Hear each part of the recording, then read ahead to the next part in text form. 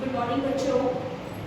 आप सभी से मेरा निवेदन है कि आप जब ये वीडियो देखें उस समय आप अपनी उत्तर पुस्तिका व पेन साथ लेके बैठें, जिसके द्वारा हम भविष्य में जब आपके विद्यालय खुलेंगे तो उत्तर पुस्तिकाओं की जांच कर सके। तो ये होमवर्क करना भी बहुत आवश्यक है।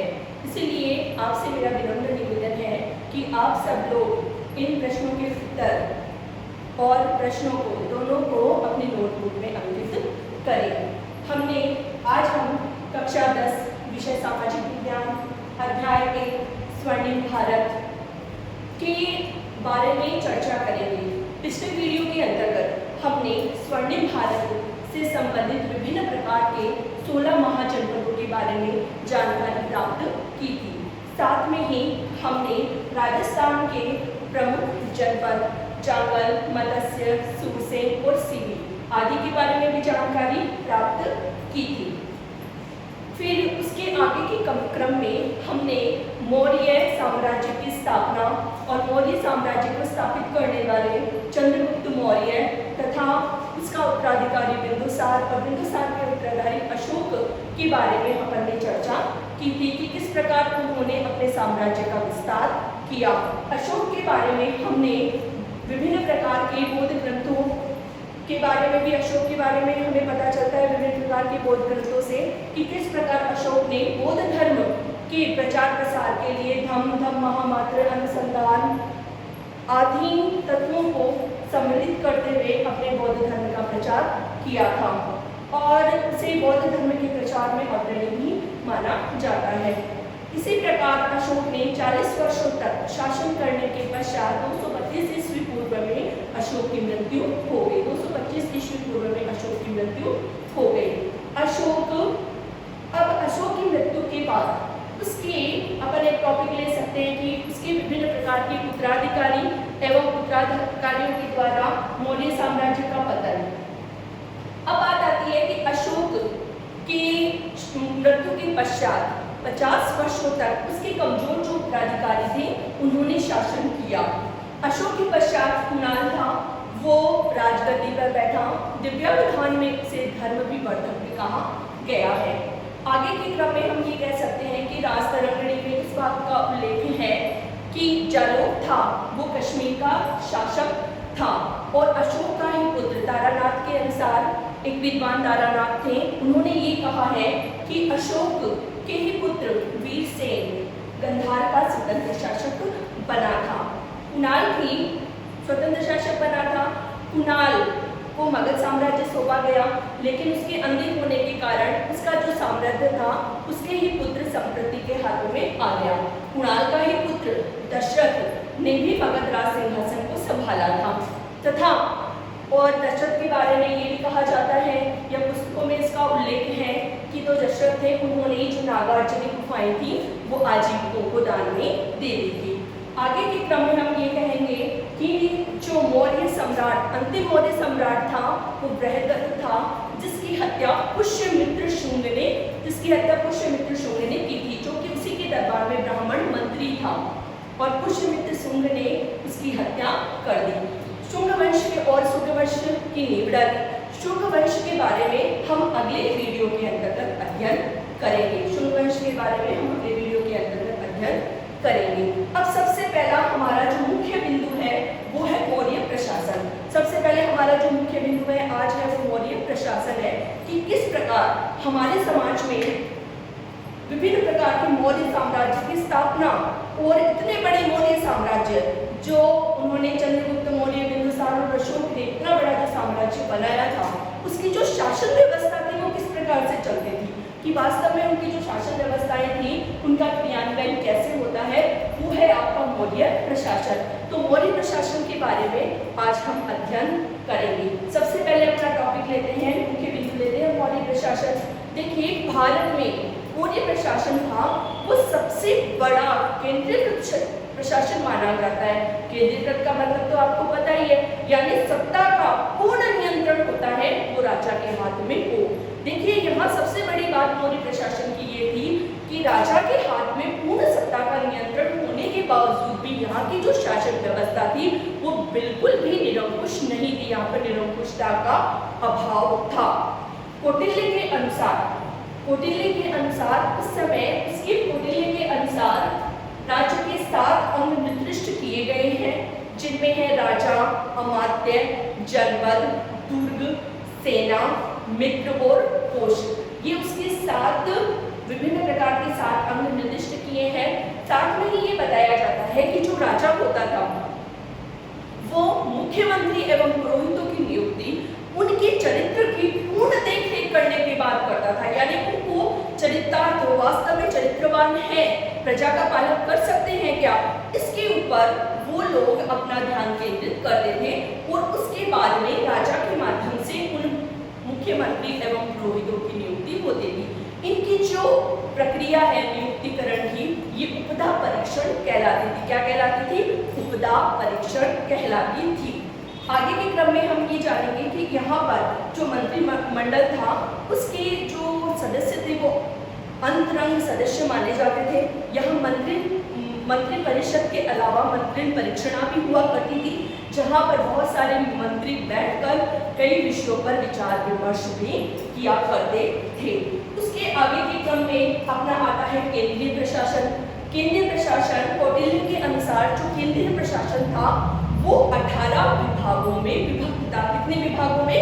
18 विभागों में विभक्त था और उन्हें उन 18 विभागों को क्या कहा जाता था? तीर्थ कहा जाता था। उन 18 विभागों को तीर्थ कहा जाता था और तीर्थ के जो अध्यक्ष होते थे उन्हें महामात्र कहा जाता था और तीर्थों के अध्यक्ष को महामात्र कहा जाता था। प्रमुख तीर्थ बताए गए हैं मंत्री, पुरोहित, सेनापति और युवराज। 4 मुख्य तीर्थ बताए गए हैं, मंत्री, पुरोहित, सेनापति और युवराज। उसके आगे हम बात करते हैं समाहर्ता। समाहर्ता नामक अधिकारी का क्या काम था? समाहर्ता नामक अधिकारी का वही काम था जो आज के समय में अगर कह सकते हैं लेखापाल करते हैं, अकाउंटेंट करते हैं। तो समाहर्ता अधिकारी का कार्य था राजस्व एकत्रित करना, आय व्यय का लेखा जोखा रखना तथा वार्षिक बजट तैयार करना। ये समाहर्ता नामक अधिकारी के प्रमुख कार्य हुआ करते थे। आगे के क्रम में सन्निधाता या कोषाध्यक्ष। आगे के क्रम में है सन्निधाता तथा कोषाध्यक्ष।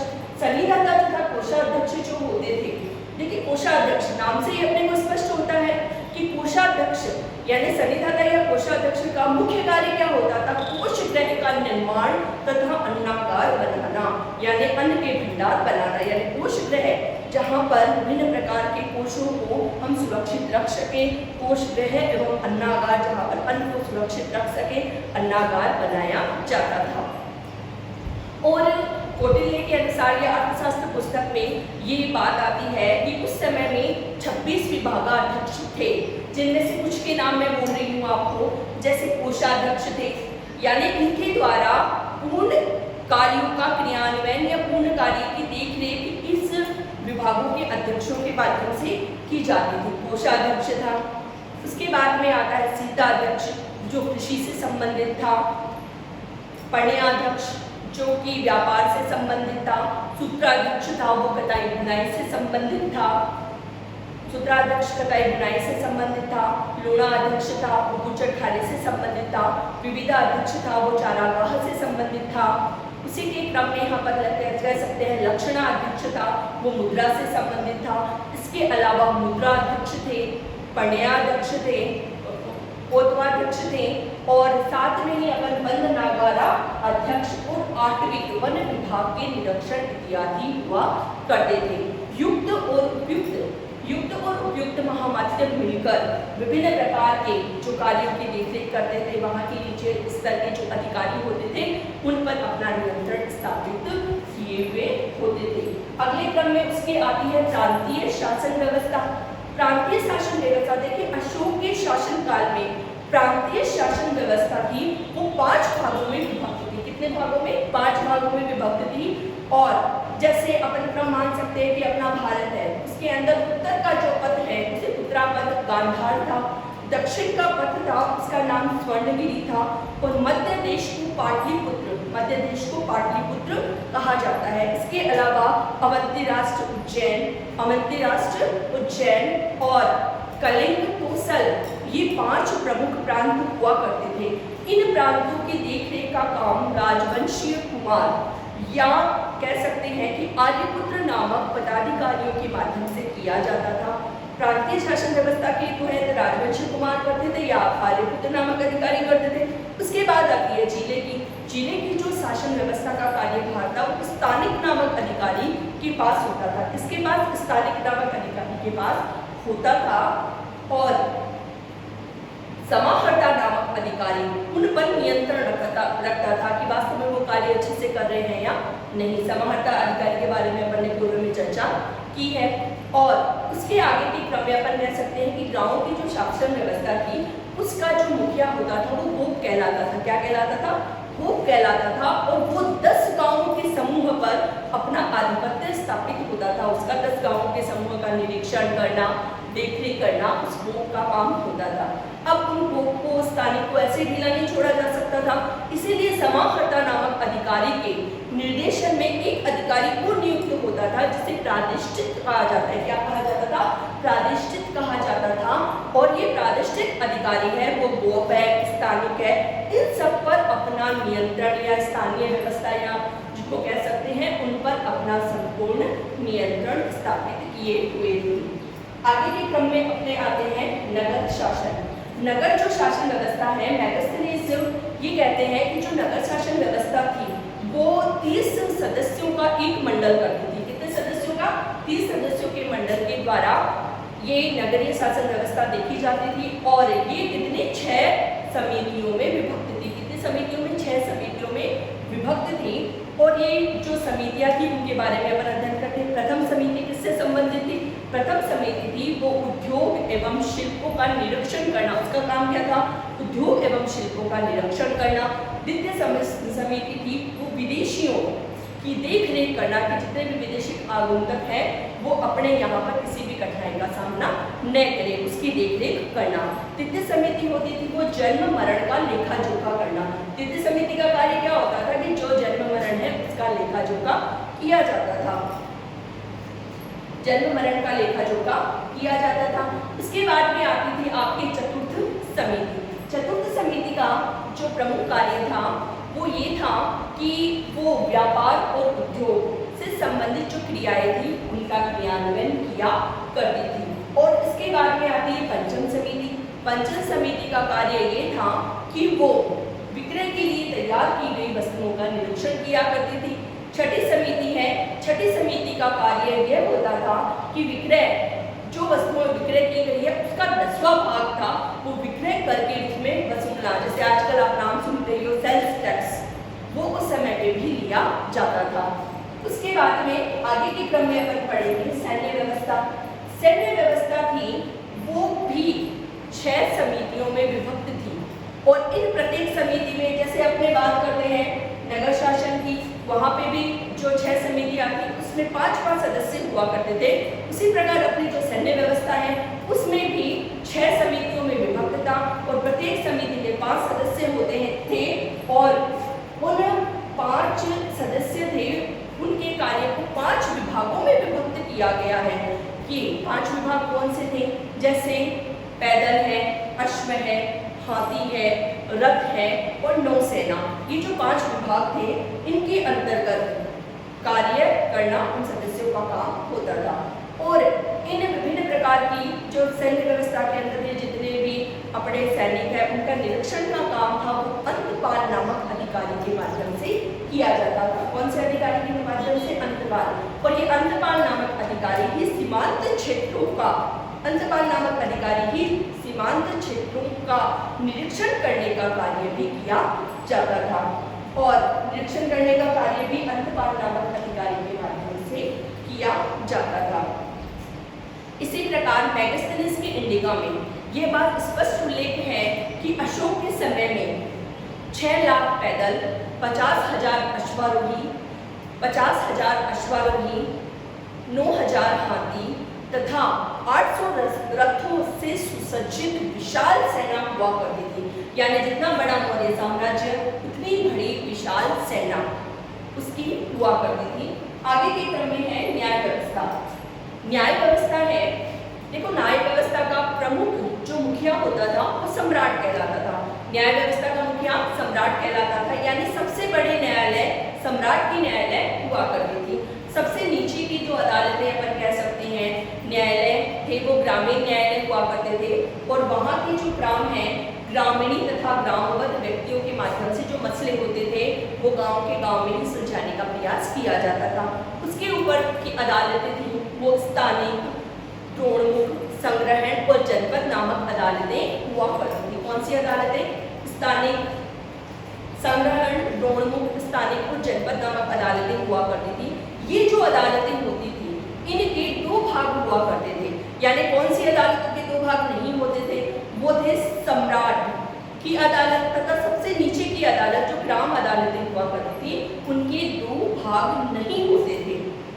ठीक है, अब दो भागों के बारे में अध्ययन करेंगे कि दो भाग कौन से थे। तो पहला था धर्मस्थीय और दूसरा है कंटक शोधन। अब इनका विस्तार से अध्ययन करेंगे कि जो धर्मस्थीय अदालत थी वो एक प्रकार की दीवानी अदालतें थी। कौन सी थी? दीवानी अदालतें थी। यहाँ पर देखो न्यायाधीश के रूप में कौन बैठते थे? यहाँ पर न्यायाधीशों के रूप में धर्मस्थ, पूर्ण रूप से धर्मस्थ अधिकारी जो कि धर्म के विद्वान और 3 संख्या में बैठते थे तथा 3 अमात्य यानी 3 धर्मस्थ अधिकारी और जो व्यवहारिक ज्ञान में निपुण होते थे वो, और 3 अमात्य मिलकर इस न्याय व्यवस्था का संचालन किया करते थे। मैंने आपको पहले भी बताया ये कौन सी अदालतें हुआ करती थी, ये दीवानी अदालतें हुआ करती थी। अब बात आती है कि यहाँ पे कौन से मामले आया करते थे। यहाँ पर चोरी, लूट और डकैती के मामले धर्मस्थलीय अदालत में आया करते थे, जिन्हें साहस कहा जाता था।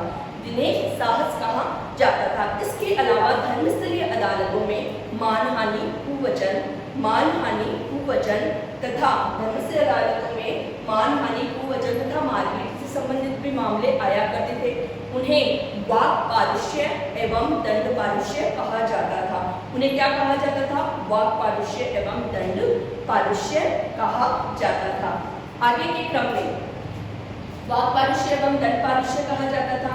आगे के क्रम में अपने आते हैं कि जो कंटक शोधन दूसरे नंबर की जो अदालत होती थी उसके अंतर्गत फौजदारी मामले आया करते थे। अब इसके अंतर्गत 3 प्रतिष्ठित अधिकारी के बारे में अपन ने पहले चर्चा की है कि प्रतिष्ठित अधिकारी कौन होता था।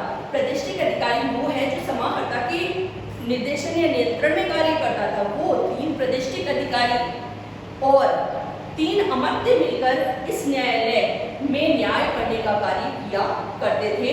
और यहाँ पर मुख्य मुद्दे राज्य तथा व्यक्तियों के मध्य जो भी विवाद होता था उसको सुलझाने का कार्य किया करता था। अब जनपद विभिन्न प्रकार की जो नगरीय स्तरीय व्यवस्था थी उसके जो न्यायाधीश थे उन्हें व्यवहारिक महामात्र तथा जनपद न्यायाधीशों के जो अधिकारी थे उन्हें राजक कहा जाता था। चाणक्य के अनुसार कानून के 4 प्रमुख अंग हैं: धर्म, व्यवहार, चरित्र और शासन। चाणक्य ने कौन से 4 बताए हैं? धर्म, व्यवहार, चरित्र और शासन। उसके बाद में हम आगे के क्रम में अपन पढ़ेंगे मौर्यकालीन समाज। देखिए कौटिल्य की अर्थशास्त्र, मैगस्थनीज इंडिका तथा अशोक के अभिलेखों में मौर्य साम्राज्य की सामाजिक व्यवस्था के बारे में संपूर्ण अध्ययन करने को हमें मिलता है। और उसमें ये भी बताया गया है कि कौटिल्य ये कहते हैं कि जो वर्णाश्रम व्यवस्था है उसको सामाजिक संगठन का प्रमुख आधार माना जाता है। कौटिल्य ने वर्णों को ऐसे मान सकते हैं कि जो जातियां थी प्रमुख 4 जातियों में विभक्त है: ब्राह्मण, क्षत्रिय, वैश्य और शूद्र। इसके अलावा भी उसने बहुत सारी कौटिल्य ने जातियां बताई है, जैसे निषाद, पराशर, रथकार, विदेहक, यथा, सूत और चांडाल। ये प्रमुख जातियों का उल्लेख भी कौटिल्य ने किया है। इसके अलावा मैगस्थनीज इंडिका के अंतर्गत 7 जातियों के बारे में पूर्णतः उल्लेख आया है: दार्शनिक, किसान, पशुपालक एवं शिकारी, कारीगर एवं शिल्पी। उसके अलावा अपन कह सकते हैं सैनिक, निरीक्षण, सभासद तथा अन्य शासक वर्ग। ये जो मैगस्थनीज थे उन्होंने जातियों को या काम के आधार पर जातियों का वर्गीकरण नहीं किया है, लेकिन कौटिल्य ने काम के आधार पर जातियों का वर्गीकरण किया है। मौर्यकालीन समाज में मौर्यकालीन समाज में ये माना जाता है कि मौर्यकालीन समाज में स्त्रियों की जो स्थिति थी वो काफी अच्छी नहीं थी, लेकिन स्मृतिकाल की अपेक्षा में ये स्थिति अधिक अच्छी मानी जाती है। यहाँ पर औरतों को पुनर्विवाह तथा नियोग के अधिकार प्राप्त थे। ये हुआ हमारा मौर्य प्रशासन। अब मौर्य प्रशासन, मौर्य समाज, ये हुआ हमारा मौर्य समाज। वो पूर्ण मौर्य प्रशासन की किस प्रकार मौर्य जो सम्राट थे वो अपनी कार्य प्रणाली का क्रियान्वयन किया करते थे। अब इस चैप्टर, जैसे मैंने आपको पहले ही कहा था कि आप अपनी कॉपी और पेन खोलिए, इससे संबंधित कुछ प्रश्नों के उत्तर मैं आज आपको दे रही हूँ। पहला प्रश्न है, राजस्थान के प्रमुख महाजनपद कौन कौन से हैं? राजस्थान के प्रमुख महाजनपद कौन कौन से हैं? राजस्थान के प्रमुख महाजनपद हैं जांगल, मत्स्य, सूरसेन और सीवी। जांगल, मत्स्य, सूरसेन और सीवी। तो पहला प्रश्न है, राजस्थान के प्रमुख महाजनपद कौन से हैं? तो जांगल, मत्स्य, सूरसेन और सीवी। अभिलेखों में अशोक को किन उपाधियों से विभूषित किया गया है? दूसरा प्रश्न है, और अभिलेखों में अशोक को किन उपाधियों से विभूषित किया गया है?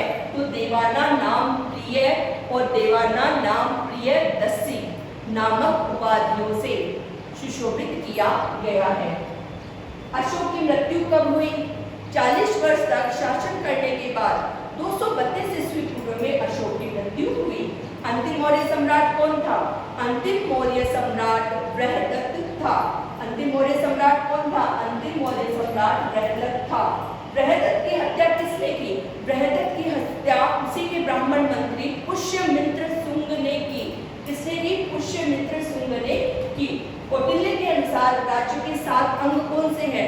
कौटिल्य के अनुसार राज्य के 7 अंग निर्दिष्ट किए गए हैं। राजा, अमात्य, जनपद, दुर्ग, कोष, सेना और मित्र। दुर्ग, कोष, सेना और मित्र। राजा, अमात्य, जनपद, दुर्ग, कोष, सेना और मित्र। समाहर्ता नामक अधिकारी का क्या कार्य था?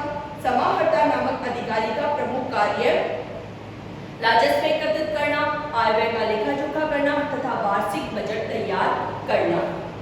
सैन्य व्यवस्था के 5 विभाग कौन से थे? सैन्य व्यवस्था के 5 विभाग थे, पैदल, अश्व, हाथी, रथ और नौसेना। पैदल, अश्व, हाथी, रथ और नौसेना। न्याय व्यवस्था का सर्वोच्च अधिकारी कौन होता था? न्याय व्यवस्था का सर्वोच्च अधिकारी वहां का सम्राट होता था। न्याय व्यवस्था का सर्वोच्च अधिकारी कौन होता था? वहां का सम्राट होता था। और न्याय व्यवस्था का सबसे बड़ा जो केंद्रीकृत न्यायालय था वो पाटलिपुत्र में था। कहाँ था? पाटलिपुत्र में। सैन्य व्यवस्था के 5 विभाग कौन से हैं? मैंने आपको बताया, पैदल, अश्व, हाथी, रथ तथा नौसेना। न्याय व्यवस्था का सर्वोच्च अधिकारी कौन होता था? सम्राट होता था। न्याय व्यवस्था के अंतर्गत सबसे ऊपर कौन सा केंद्रीय न्यायालय था? न्याय व्यवस्था के अंतर्गत सबसे ऊपर पाटलिपुत्र का केंद्रीय न्यायालय था। कौटिल्य की पुस्तक का नाम बताइए। कौटिल्य की पुस्तक का नाम अर्थशास्त्र था। कौटिल्य की पुस्तक का नाम अर्थशास्त्र था। मेगास्थनीज की पुस्तक का क्या नाम था? मेगास्थनीज की पुस्तक का नाम इंडिका था। मेगास्थनीज की पुस्तक का नाम इंडिका था। कौटिल्य ने किसको सामाजिक संगठन का आधार माना है? कौटिल्य ने किसको सामाजिक संगठन का आधार माना है? कौटिल्य ने वर्णाश्रम व्यवस्था को सामाजिक संगठन का आधार माना है। कौटिल्य ने वर्णाश्रम व्यवस्था को सामाजिक संगठन का आधार माना है। इसी प्रकार हमने विभिन्न प्रकार के जनपदों के बारे में जानकारी एकत्रित की और मौर्य साम्राज्य, मौर्य प्रशासन तथा विभिन्न प्रकार की जानकारियां हमने एकत्रित की। आप सभी से निवेदन है कि आप घर पे बैठ के सारा का सारा जो आज प्रश्न और उत्तर करवाए हैं वो कॉपी में अंकित करें, क्योंकि विद्यालय खुलने के पश्चात इसको जांच किया जाएगा। धन्यवाद।